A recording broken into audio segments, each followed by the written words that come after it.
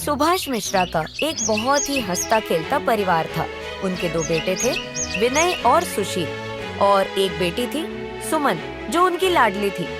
सुभाष मिश्रा गांव में किराने की दुकान चलाते थे। बड़ा बेटा सुशील शहर में अपना कारोबार जमा रहा था और छोटे बेटे विनय को सुभाष ने अपनी दुकान पर बैठा दिया था। सुभाष की पत्नी सुषमा देवी का देहांत 1-2 साल पहले हो गया था, लेकिन बच्चों के प्यार ने सुभाष को कभी अकेला नहीं महसूस होने दिया। उनके तीनों बच्चे उनका दिन रात बहुत ख्याल रखते थे। सुबह का समय है। सुभाष मिश्रा पुरानी लकड़ी की कुर्सी पर बैठे हैं। आंगन में धूप फैली हुई है। वो अपने पुराने चश्मे से अखबार पढ़ने की कोशिश कर रहे हैं। उनकी पीठ झुकी हुई है, हाथ कांप रहे हैं, लेकिन दिल में एक संतोष है कि उनके तीनों बच्चे अपने अपने काम में अच्छी तरह से लग गए हैं। सुभाष मन ही मन बात करते हैं। हाँ, भगवान का लाख लाख शुक्र है कि मेरे दोनों बेटे अब अपने पैरों पर खड़े हैं और मेरी बिटिया रानी तो जैसे लक्ष्मी है इस घर की। तभी अंदर से विनय आता है। उसके हाथ में एक थाली है जिसमें चाय और बिस्किट रखे हैं। पापा, ये लीजिए गरम चाय और आपके पसंदीदा मैरी बिस्किट। सुभाष हंसते हुए बोलते हैं। तू तो जैसे मेरी छाया बन गया है बेटे, मेरे बोलने से पहले ही समझ जाता है। पापा, आप ही तो हैं जिन्होंने ये सब कुछ सिखाया है। अब आप आराम करिए, बाकी सब मुझ पर छोड़ दीजिए। हाँ। तभी पीछे से सुमन भी आ जाती है। पापा, मैंने आपकी शर्ट प्रेस कर दी है। आज मंदिर चलना है ना? हाँ बेटा, चलेंगे। तेरी माँ के नाम का वार्षिक भोग है। हाँ, उसकी यादें ही तो हैं अब बस। पापा, ऐसे उदासी की बात मत किया करो। इसी बीच सुशील बाइक पर घर आता है। सुशील के शरीर पर शहरी कपड़ों के साथ साथ थोड़ा घमंड भी था।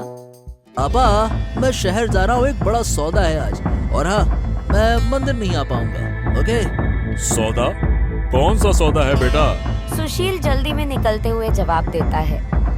वही कुछ बिजनेस की बातें हैं। अब देखिए, ज्यादा बताना ठीक नहीं है, नजर लग जाती है। ठीक है, चलिए। भैया, आप तो घर ही नहीं आते। हफ्ते में 1 दिन आते हो, वो भी जल्दी जल्दी में वापस चले जाते हो। ओफो सुमन, पैसे कमाने के लिए निकलता हूँ, कोई मटर गश्ती करने के लिए नहीं। और वैसे भी तुम लड़कियाँ क्या ही जानो बिजनेस। सुशील की बात सुनकर सुमन चुप हो जाती है। सुभाष सुशील की तरफ चिंता भरी नजर से देखते हैं। बेटा, धीरे धीरे चलो। पैसा जरूरी है, पर इज्जत उससे भी बड़ी चीज होती है। पापा, आपके संस्कार साथ में हैं, चिंता मत करिए, कुछ भी गलत नहीं करूँगा। चलिए, अब मैं जाता हूँ, बाय बाय। इतना कहकर सुशील निकल जाता है। पापा, भैया आप बदल गए। शहर की हवा लग गई है इन्हें। नहीं बेटा, मेरा सुशील भटक सकता है पर रास्ता नहीं भूलेगा। मुझे तुम दोनों पर पूरा भरोसा है। अरे तुम ही तो हो मेरे बुढ़ापे का सहारा।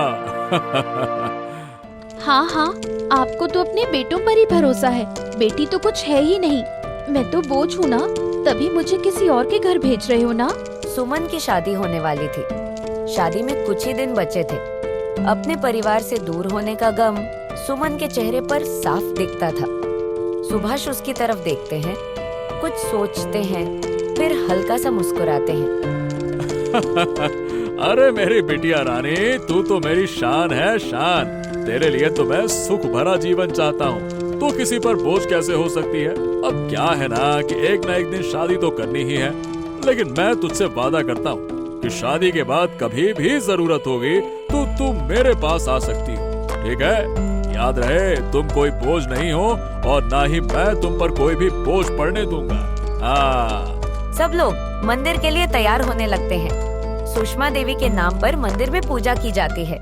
कुछ दिन बीत जाते हैं। सुमन की शादी की तारीख नजदीक आ रही थी। घर में हलचल का माहौल था। घर की छत पर लाइटें जगमगा रही थी। किचन से मिठाइयों की मीठी खुशबू आ रही थी। सुमन हल्का सा मुस्कुराते हुए मेहंदी लगवा रही थी।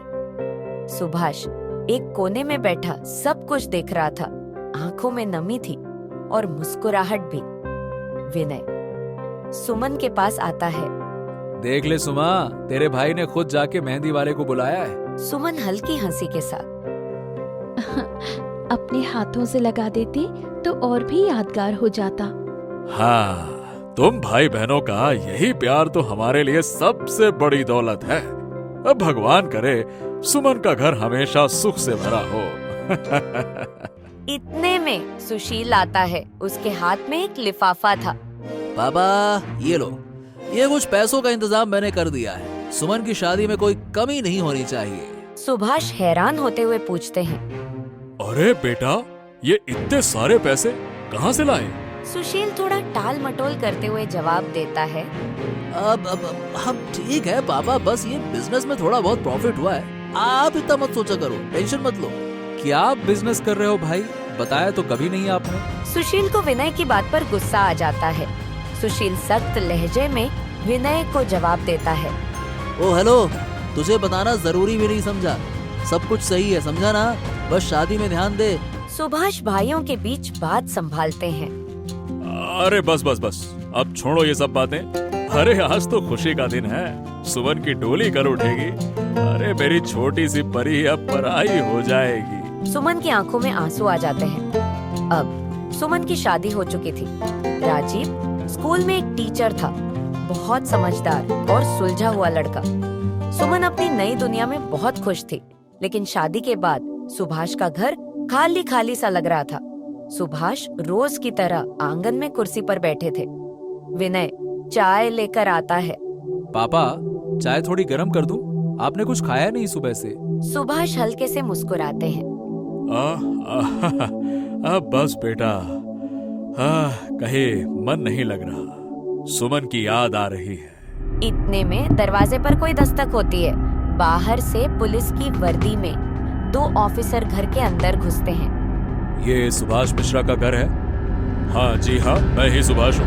बताइए क्या बात है साहब? आपका बेटा सुशील मिश्रा, उसे हमें तुरंत कस्टडी में लेना है। ड्रग्स और इलीगल स्मगलिंग के केस में सबूत मिला है। विनय हैरान परेशान होकर। ये क्या बकवास कर रहे हैं आप?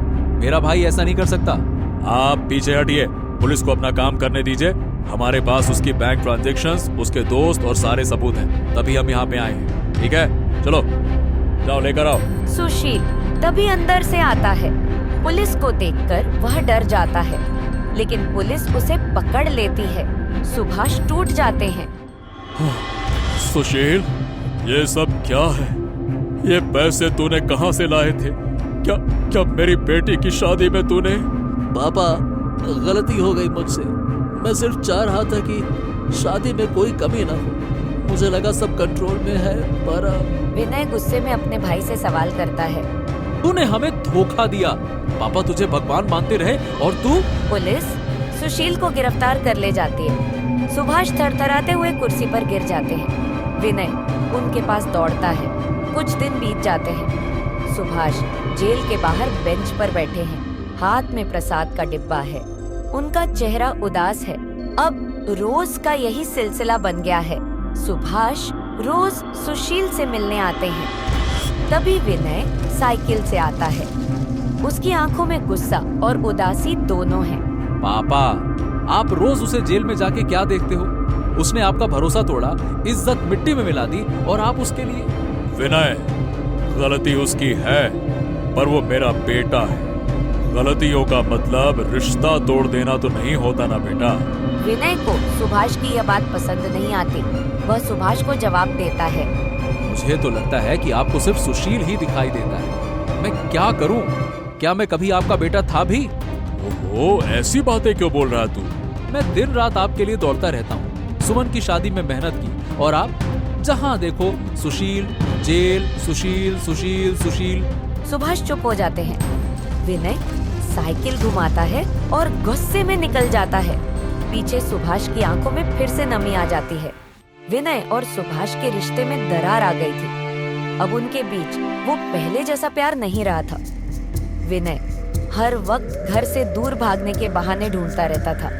घर से दूर जाने के लिए उसने कुछ गलत लोगों से दोस्ती बना ली थी। छुप छुप कर वो उन लोगों से मिलने लगा जो विनय के मन में सुभाष और सुशील के खिलाफ और भी नफरत भर रहे थे। विनय एक पुरानी चाय की टपरी के पास कुछ नए लोगों के साथ बैठा था।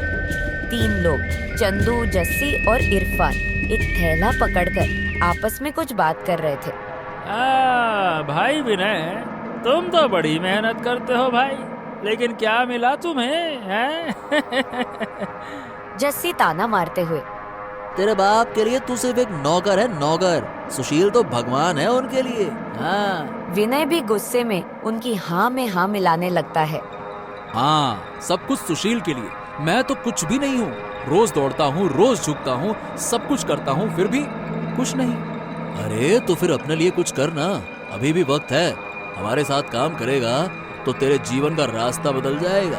क्या बोलता है? चंदू एक पैकेट निकालता है जिसमें हल्के सफेद कागज में कुछ पाउडर जैसा होता है। पहला कदम तो ये है आराम। इसमें तनाव चला जाता है और दिमाग एकदम खुल जाता है। विनय कुछ देखता है, फिर चंदू से वह पैकेट ले लेता है। सब उसकी तरफ मुस्कुराकर देखते हैं। कुछ दिन बीते, विनय थोड़ा बदला बदला दिखाई देता है। ओफो बेटा, तू कहाँ था सुबह से? जेल जाना था, कोर्ट में सुशील की पेशी है। मैं नहीं जा रहा जेल वेल, मुझे कोई मतलब नहीं उससे। सुभाष हैरानी से पूछते हैं। विनय, ये क्या बात हुई? तू ऐसा कैसे बोल रहा है? क्योंकि अब मैं थक गया हूँ पापा, समझे? आपको सिर्फ सुशील दिखाई देता है, मैं नहीं। आपको सिर्फ उसकी चिंता है, मेरी नहीं। तो ठीक है, करिए। सुभाष विनय को समझाने की कोशिश करते हैं। ओफो, मेरा मकसद सिर्फ तुम दोनों को संभालना था बेटा। मैंने कभी तुम दोनों में फर्क नहीं किया। तो फिर उसे जेल जाने दिया और मुझे अंधेरे में छोड़ दिया। विनय अंदर के कमरे में चला जाता है। सुभाष बस चुप खड़े उसे जाते हुए देखते रहते हैं। सुभाष को समझ नहीं आ रहा था कि उनसे कहाँ चूक हुई है। विनय अब नशा करने का आदी हो चुका था। उसकी गलत संगत उसकी जिंदगी बर्बाद कर रही थी। विनय भाई, अब हम तुम्हें और माल नहीं दे सकते। तुमने पिछली बार भी पैसे नहीं दिए थे और उधारी का काम अब और नहीं चलेगा, समझ गए? अरे कैसी बातें करते हो? मैं कोई भागा जा रहा हूँ क्या? मेरी इतनी बड़ी दुकान है, दे दूंगा ना पैसे तुम लोगों के। गजब बात करते हो। क्यों झूठ बोलते हो विनय भाई?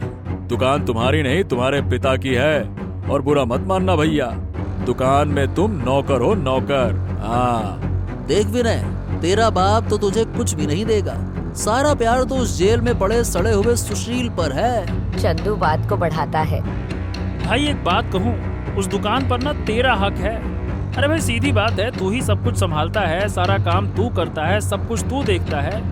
और सुन, अगर तू वो दुकान अपने नाम करवा ले, उसके बाद फिर बेच दे, तो समझ के चल तेरे पास तो पैसा ही पैसा होगा भाई। हाँ। विनय थोड़ी देर चुप रहा, फिर धीमे से बोला। पर पापा? जस्सी हंस के बोला। पापा, जो तुझे देखता तक नहीं, अब जिसने तुझे सिर्फ नौकर समझ रखा है, वो पापा। भाई एक बार दुकान बिक गई तो खुद मालिक बनेगा ना अपनी जिंदगी का। फिर काहे का पापा और फिर काहे का आपा। विनय इन लोगों की बातों में आ चुका था। कुछ ही दिनों में धोखे और जालसाजी से विनय ने झूठे कागजात पर सुभाष का साइन करवा लिया। सुभाष की आंखें अब कमजोर हो चुकी थी। उन्हें समझ ही नहीं आया कि वो क्या साइन कर रहे हैं। अगली सुबह विनय घर से गायब था। सुभाष मिश्रा को खबर मिलती है कि दुकान बंद है और उस पर ताला लगा हुआ है। सुभाष ये सब देखकर सदमे में चले जाते हैं। अब सुभाष मिश्रा पूरी तरह से टूट चुके थे। एक बेटा जेल में जुर्म की सजा काट रहा था और दूसरा सारी संपत्ति लेकर उन्हें अकेला छोड़कर भाग गया था। लेकिन सुभाष ने ये बात सुमन को कभी नहीं बताई थी। कुछ दिन बाद सुमन को अपने ससुराल में ये खबर मिलती है कि विनय दुकान बेचकर भाग चुका है और उसके पिता अब बिल्कुल अकेले बीमार हालत में पड़े हैं। वह सब कुछ छोड़कर तुरंत अपने मायके आती है। घर का हाल देखकर उसकी आंखें भर आती हैं। टूटी कुर्सी पर पड़े उसके पिता कमजोर, बुझे हुए और खामोश हो गए थे। सुमन ने उनके माथे पर हाथ रखा। पापा, ये सब कैसे हो गया? सुभाष धीरे से बोले। बिटिया सुमन, मेरी आंखें धोखा खा गई। सुमन रोते हुए बोली। आप अकेले क्यों रहे पापा? मुझे कुछ क्यों नहीं बताया? सुभाष की आंखों में पानी भर आया। मैं सोचता रहा सब कुछ ठीक हो जाएगा। सुमन ने बिना कुछ कहे तुरंत निर्णय लिया। आप अब मेरे साथ चलिए। आप मेरे साथ वहीं रहेंगे। जहाँ मैं रहूँ वही मेरा घर है। सुमन अपने पिता को साथ लेकर ससुराल लौट आती है। उसने राजीव को सारी बात बताई। राजीव समझदार था, बिल्कुल पापा, अब यही आपका घर है। मगर समाज कहाँ चुप बैठता है। अगले ही दिन सुमन जब सब्जी लेने निकलती है तो मोहल्ले की औरतों में यह बात आग की तरह फैल चुकी थी।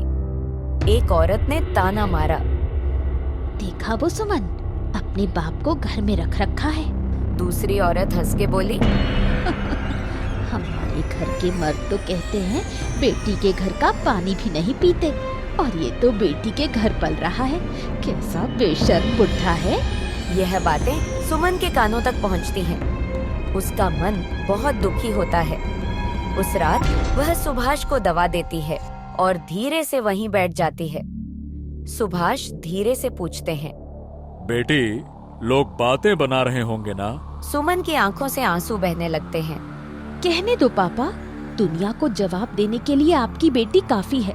आपने मेरी दुनिया बसाई थी, मैं आपके लिए इतना भी नहीं कर सकती।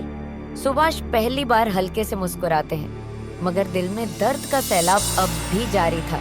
उसी रात राजीव ने सुमन से कहा, देखो, मैं जानता हूँ कि ये सब आसान नहीं है, मगर डोंट वरी, एक दिन सब ठीक हो जाएगा, ओके? कुछ समय बीत जाता है।